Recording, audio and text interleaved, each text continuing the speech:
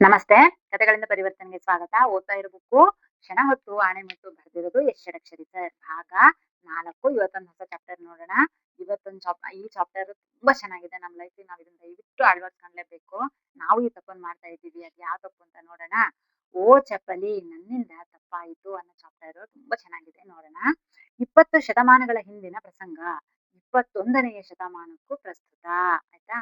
ಒಬ್ಬ ಜೈನ್ ಗುರುವಿದ್ದ. ಮಹಾಜ್ಞಾನಿ. ಸತ್ಯ ಸಾಕ್ಷಾತ್ಕಾರದ ಪಥದಲ್ಲಿ ನಡೆಯುವ ನೂರಾರು ಜನ ಅವರಿಂದ ಮಾರ್ಗದರ್ಶನ ಪಡಿತಾ ಇದ್ರು. ಒಮ್ಮೆ ಅವರು ತಮ್ಮ ಕುಟೀರದಲ್ಲಿ ಕುಳಿತಿದ್ದಾಗ ಒಬ್ಬ ಸಾಧಕ ಅವನನ್ನು ನೋಡಲು ಬಂದರು. ಹೊರಗಡೆ ಏನು ಗಲಾಟೆ ಆಗಿತ್ತೋ ಏನ್ ಘಟನೆ ಆಗಿತ್ತೋ ಗೊತ್ತಿಲ್ಲ. ಅವರು ತುಂಬಾ ಕೋಪದಲ್ಲಿ ಬಂದ್ರು. ತುಂಬಾ ಕೋಪ ಇಟ್ಕೊಂಡ್ ಬಂದಾಗ ಏನಾಗುತ್ತೆ, ಏನ್ ಮಾಡ್ತೀವಿ ಗೊತ್ತಲ್ವಾ? ಅವ್ರ ಆಚೆಯಿಂದ ಗುರುಗಳು ಒಳಗ್ ಕೂತ್ಕೊಂಡು ಅಬ್ಸರ್ವ್ ಮಾಡಿ ನೋಡ್ತಾ ಇದಾರೆ ಅವನನ್ನ. ಹಿಂಗ್ ಒಳಗ್ ಬರ್ತಿದ್ದಂಗೆ ಏನ್ ಮಾಡ್ದ, ಬಾಗ್ಲ ಹತ್ರ ಸ್ಲಿಪ್ಪರ್ನ ಹಿಂಗ್ ಜೋರಾಗಿ ಬಿಟ್ಟ. ಒಂದ್ ಚಪ್ಲಿ ಆ ಕಡೆ ಹೋಗ್ಬಿತ್ತು, ಒಂದ್ ಚಪ್ಲಿ ಈ ಕಡೆ ಹೋಗ್ಬಿತ್ತು. ಅದನ್ನ ನೋಡಿದ್ರು.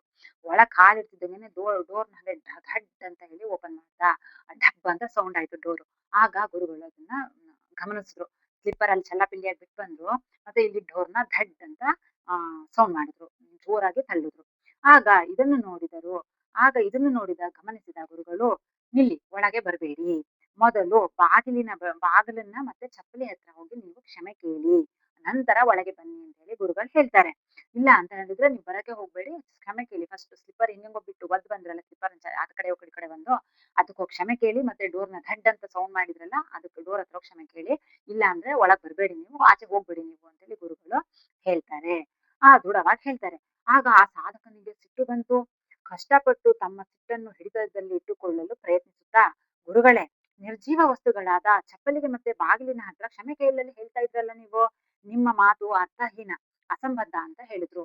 ಅಂದ್ರೆ ಗುರುಗಳಂಗ್ ಹೇಳಿದ ತಕ್ಷಣ ಇವ್ರು ತುಂಬಾ ಸಿಟ್ಟಲ್ಲಿದ್ರಲ್ವಾ, ಕಂಟ್ರೋಲ್ ಮಾಡ್ಕೊಂಡು ಹೇಳ್ತಾರೆ. ಅಲ್ಲ ಗುರುಗಳೇ, ಏನ್ ನಿಮ್ ಮಾತಿಗೆ ಅರ್ಥ ಇದ್ಯಾ? ನಿರ್ಜೀವ ವಸ್ತುಗಳವು ಬಾಗಿಲು ಮತ್ತೆ ಸ್ಲಿಪ್ಪರ್, ಅವುಗಳ ಹತ್ರ ಹೋಗಿ ಕ್ಷಮೆ ಕೇಳ್ಬಾ ಅಂತ ಹೇಳ್ತಾ ಇದ್ರಲ್ಲ, ಇದಕ್ಕೆ ಅರ್ಥ ಇಲ್ಲ ನೀವು ಅಂತ ಹೇಳಿ ಅವರು ಹೇಳ್ತಾರೆ. ಆಗ ಗುರುಗಳು ಹೇಳ್ತಾರೆ, ಹಾಗಿದ್ದರೆ ನೀವು ಒಳಗೆ ಬರುವ ಅವಶ್ಯಕತೆ ಇಲ್ಲ. ಏಕೆಂದರೆ ಯಾರದೋ ಮೇಲಿನ ಸಿಟ್ಟನ್ನು ನೀವು ನಿರ್ಜೀವವೆಂದು ಭಾವಿಸುವ, ಏನೂ ತಪ್ಪು ಮಾಡಿಲ್ಲದ ಚಪ್ಪಲಿ ಮತ್ತು ಬಾಗಿಲ ಮೇಲೆ ತೋರಿಸುವುದು ಅವುಗಳಿಗೆ ಮಾಡಿದ ಅಪಮಾನ. ನಿರ್ಜೀವ ವಸ್ತುಗಳ ಮೇಲೆ ಸಿಟ್ಟನ್ನು ತೋರಿಸುವುದರಿಂದ, ಒದೆಯುವುದರಿಂದ, ಧಡಾರೆಂದು ಮುಚ್ಚುವುದರಿಂದ ಅವುಗಳಿಗೆ ಅವಮಾನ ಮಾಡಿದಂತಾಗುತ್ತದೆ. ಅವುಗಳ ಮನಸ್ಸು ನೋಯಿಸಿದಂತಾಗುತ್ತದೆ. ನೀವು ನಿಮ್ಮ ಮತ್ತು ಅವುಗಳ ಸಂಬಂಧ ಹದಗೆಡುತ್ತದೆ. ಈಗ ನೀವು ಅವುಗಳ ಹತ್ರ ಹೋಗಿ ಕ್ಷಮೆ ಕೇಳಿದರೆ ಸಂಬಂಧ ಸುಧಾರಿಸುತ್ತದೆ. ಮೊದಲು ನಾನು ಹೇಳಿದಂತೆ ಮಾಡಿ.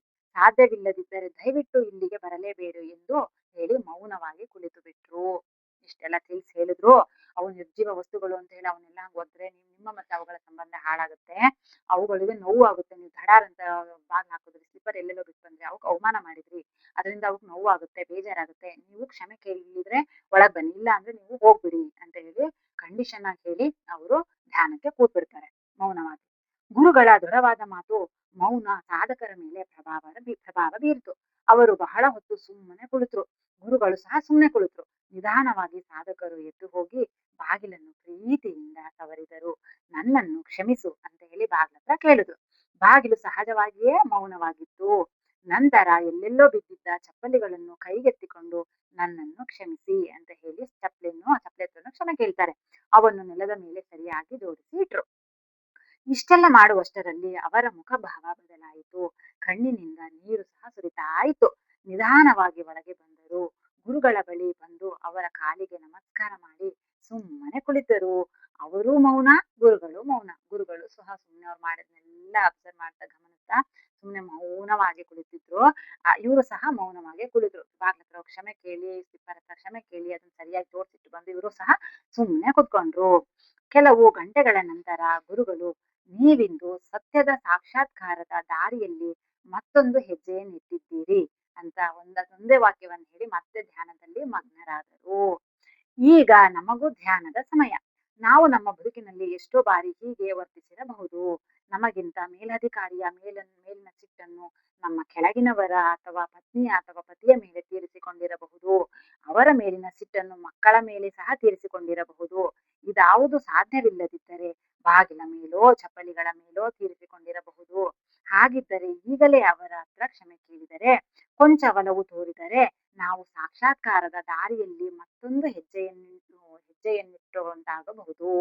ಒಲವೇ ಜೀವನ ಸಾಕ್ಷಾತ್ಕಾರವಲ್ಲವೇ ಅಂತ ಹೇಳಿ ಷಡಕ್ಷರಿ ಸರ್ ಹೇಳ್ತಾ ಇದ್ದಾರೆ. ಸೊ ಈ ಸ್ಟೋರಿ ಎಷ್ಟೊಂದು ಚೆನ್ನಾಗಿದೆ ಅಲ್ವಾ? ಈ ಸ್ಟೋರಿನ ನಾವು ನಮ್ಮ ಲೈಫ್‌ಗೆ ಕನೆಕ್ಟ್ ಮಾಡ್ಕೋಬೇಕು. ಅಂದ್ರೆ ಕೆಲವೊಂದ್ಸರಿ ಸಿಟ್ಟಲ್ಲಿ ನಾವು ಏನನ್ನ ಕಾಲಲ್ಲಿ ಒದಿತೀವಿ, ಏನ್ ಮಾಡ್ತೀವಿ, ಗಂಡ ಹೆಂಡತಿ ಜಗಳ ಮಾಡ್ತೀವಿ, ಹೋಗಿ ಢಾರನ್ನ ಬಾಗ್ಲು ಹಾಕೋತೀವಿ, ಯಾವ್ದೋ ವಸ್ತುಗಳನ್ನ ಹೊಡಿತೀವಿ, ಯಾವ್ದೋ ವಸ್ತುಗಳನ್ನ ಬಿಸಾಕ್ತೀವಿ. ಕೆಲವರಂತೂ ಮೊಬೈಲ್‌ನೇ ಬಿಸಾಕ್ತಾರೆ. ದೊಡ್ಡ ದೊಡ್ಡ ಜಾಸ್ತಿ ದುಡ್ಡು ಕೊಟ್ಟು ಮೊಬೈಲ್ ತಗೊಂಡಿರ್ತಾರೆ. ಗಂಡಗೇನೋ ಅಂದ್ರು ಅಂತ, ಗಂಡ ಹೆಂಡತಿಗೇನೋ ಅಂದ್ರು, ಬಾಸ್ ಏನೋ ಅಂದ್ರು ಅಂತ ಮೊಬೈಲ್‌ನೇ ಎತ್ತಿ ಬಿಸಾಕ್ಬಿಡ್ತಾರೆ. ಮೊಬೈಲ್ ಮೇಲೆ ಸಿಟ್ಟನ್ನ ತೋರಿಸ್ತಾರೆ. ಆಮೇಲೆ ಊಟದ ಮುಂದೆ ಕೂತಿರ್ತಾರೆ. ಏನೋ ಒಂದ್ ಮಾತಂದ್ರು ಹೆಂಡ್ತಿನೋ ಗಂಡನೋ ಏನೋ ಅಂದ್ರು ಅಂತ ಅನ್ನದ ತಟ್ಟೆನೆ ಬಿಸಾಕ್ತಾರೆ ಅಲ್ವಾ? ಇದನ್ನೆಲ್ಲ ನಾವು ಯೋಚನೆ ಮಾಡ್ಬೇಕು ಅಲ್ವಾ? ಈಗ ನಮ್ಮ ಸಿಟ್ಟನ್ನ ನಾವುಗಳ ಮೇಲೆ ತೋರಿಸಿದ್ರೆ ಪಾಪ ಅವು ಏನ್ ಮಾಡ್ತವೆ ಅಲ್ವಾ? ನಮ್ಮ ಸಿಟ್ಟನ್ನ ನಾವೇ ಕಂಟ್ರೋಲ್ ಮಾಡ್ಕೊಳಕ್ಕಾಗದೆ ನಾವು ನಿರ್ಜೀವ ವಸ್ತುಗಳ ಮೇಲೆ ತೋರಿಸ್ತೀವಿ. ಇದು ಎಷ್ಟೊಂದು ತಪ್ಪು ಅಂತ ಹೇಳಿ ನಾವು ದಯವಿಟ್ಟು ನೋಡ್ಕೋಬೇಕು. ಈ ವಿಡಿಯೋ ಯಾರೆಲ್ಲ ನೋಡ್ತಾ ಇದ್ದೀರಾ, ಇಷ್ಟು ದಿನ ಈ ತಪ್ಪನ್ನ ಯಾರೆಲ್ಲ ಮಾಡ್ತಾ ಇದ್ವಿ ನಾವು, ದಯವಿಟ್ಟು ಇವತ್ತಿಂದ ಇದನ್ನ ನಾವು ಈ ತಪ್ಪನ್ನ ತಿದ್ಕೊಂಡು ಯಾವುದೇ ನಿರ್ಜೀವ ವಸ್ತುಗಳ ಮೇಲೂ ನಮ್ ಕೋಪ ಹಾಕದೆ, ಸಿಟ್ಟು ಮಾಡದೆ, ಹೊಡಿದೆ, ಅದೇನೇನೋ ಮಾಡ್ದೇನೆ ದಯವಿಟ್ಟು ನಿರ್ಜೀವ ವಸ್ತುಗಳ ಮೇಲೆ ನಮ್ಮ ಸಿಟ್ಟನ್ನು ತೋರಿಸ್ತೇನೆ. ನಮ್ಮ ಸಿಟ್ಟನ್ನ ಕಂಟ್ರೋಲ್ ಮಾಡೋ ಜಾಣ್ಮೆಯನ್ನ ನಾವು ಕಲಿಬೇಕೇ ಹೊರತು ನಾವು ನಿರ್ಜೀವ ವಸ್ತುಗಳ ಮೇಲೆ ನಮ್ಮ ಸಿಟ್ಟನ್ನು ಹಾಕ್ಬಾರ್ದು ಅಂತ ನಾನು ಹಂಬಲ್ ರಿಕ್ವೆಸ್ಟ್ ಮಾಡ್ಕೊತಾ ಇದ್ದೀನಿ. ನಾನು ಈ ಪಾಠವನ್ನು ಕಲ್ತಿದ್ದೀನಿ. ಕೆಲವೊಂದ್ಸರಿ ನಾನು ಕಸ ಹೊಡಿತಾ ಇರ್ತೀನಿ, ಯಾವ್ದೋ ಒಂದು ವಸ್ತು ಬಿದ್ದಿರುತ್ತೆ, ಆ ಬಗ್ಗೆ ಕೈಯಲ್ಲಿ ಎತ್ತಲಾರ್ದೆ ಕಾಲಲ್ಲಿ ಹಿಂಗ್ ಅಂತೀನಿ, ಮತ್ತೆ ತಕ್ಷಣ ಅದನ್ನ ಮುಟ್ಟಿ ಸಾರಿ ಅಂತ ಕೇಳಿ ಮತ್ತೆ ನೆಕ್ಸ್ಟ್ ನಾನು ಕಸ ಹೊಡಿತಾ ಹೋಗ್ತೀನಿ. ಸೊ ದಯವಿಟ್ಟು ನಾವಿದು ಈ ಪಾಠವನ್ನ ನಮ್ಮ ಲೈಫಲ್ಲಿ ಅಳವಡಿಸ್ಕೊಳ್ಳೋಣ ಅಂತ ಹೇಳ್ತೀನಿ. ಓಕೆನಾ? ಇದರಿಂದ ಇದನ್ನ ನೋಡಿ ನಮ್ಮ ಮಕ್ಕಳು ಸಹ ಆ ಸಂಸ್ಕಾರವನ್ನ ಕಲಿತಾರೆ ಅಂತ ನಾನು ಹೇಳ್ತೀನಿ.